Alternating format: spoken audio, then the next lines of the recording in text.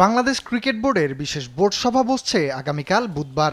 দেশের রাজনৈতিক পট পরিবর্তনের পর বোর্ড সভাপতি নাজমুল হাসান পাপন ও তার পরিচালনা পরিষদের অনেকের পদত্যাগের মতো গুরুত্বপূর্ণ সিদ্ধান্ত আসতে পারে এ সভায়।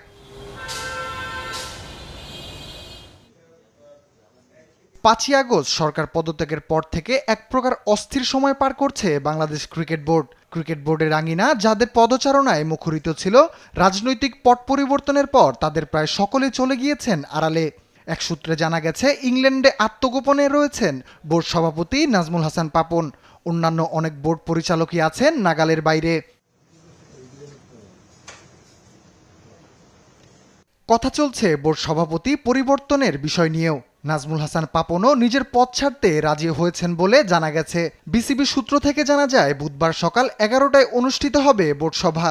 এতে বিসিবির পরিচালনা পরিষদের পরিচালকেরা অংশ নেবেন বলেও জানানো হয়। বোর্ড সভাপতি নাজমুল হাসান পাপনও ভার্চুয়ালি অংশ নেবেন এই সভায়। আর বোর্ড সভাপতির অনুমতি নিয়েই বিসিবির প্রধান নির্বাহী নিজামুদ্দিন চৌধুরী সুজন এ সভা ডেকেছেন।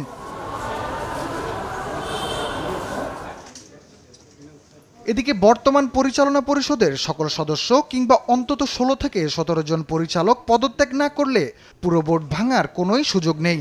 অন্তত 9 জন পরিচালক থাকলে বোর্ড মিটিংয়ের জন্য কোরাম করা যাবে। এর কম পরিচালক থাকলে তা সম্ভব না। তাই বর্তমান প্রেক্ষাপটে অন্তত 9 জন পরিচালককে রেখে দেওয়ার একটা প্রক্রিয়ার কথাও ভাবা হচ্ছে। পাপনের পদত্যাগের পর এই সভায় পরবর্তী সভাপতিও নির্বাচিত হতে পারেন বলে সূত্রে জানানো হয়েছে। আলোচনায় রয়েছে সাবেক ক্রিকেটার ও প্রধান নির্বাচক ফারুক আহমেদের নাম। তার সঙ্গে গত শনিবার একান্তে বৈঠকও করেছেন যুব ও ক্রীড়া উপদেষ্টা আসিফ মাহমুদ সজীব ভুইয়া।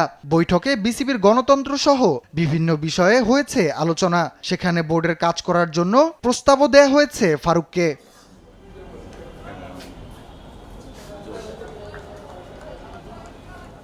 এর আগে যুব ও ক্রীড়া পরিষদ কোটায় বিসিবির কাউন্সিলর ও পরিচালক জালাল ইউনুস নিজের পদ থেকে পদত্যাগ করেন।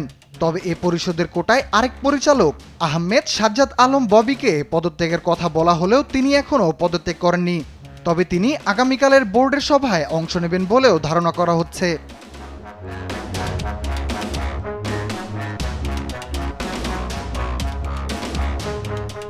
এই মিটিং দিয়েই শুরু হতে পারে বাংলাদেশ ক্রিকেটের নতুন এক অধ্যায়, যার জন্য অপেক্ষায় ছিল অনেক ক্রিকেটার ও ক্রিকেট প্রেমীরা। বোর্ডের নতুন রূপে এখন কারা বসতে যাচ্ছেন তা শুধু সময়ের অপেক্ষা।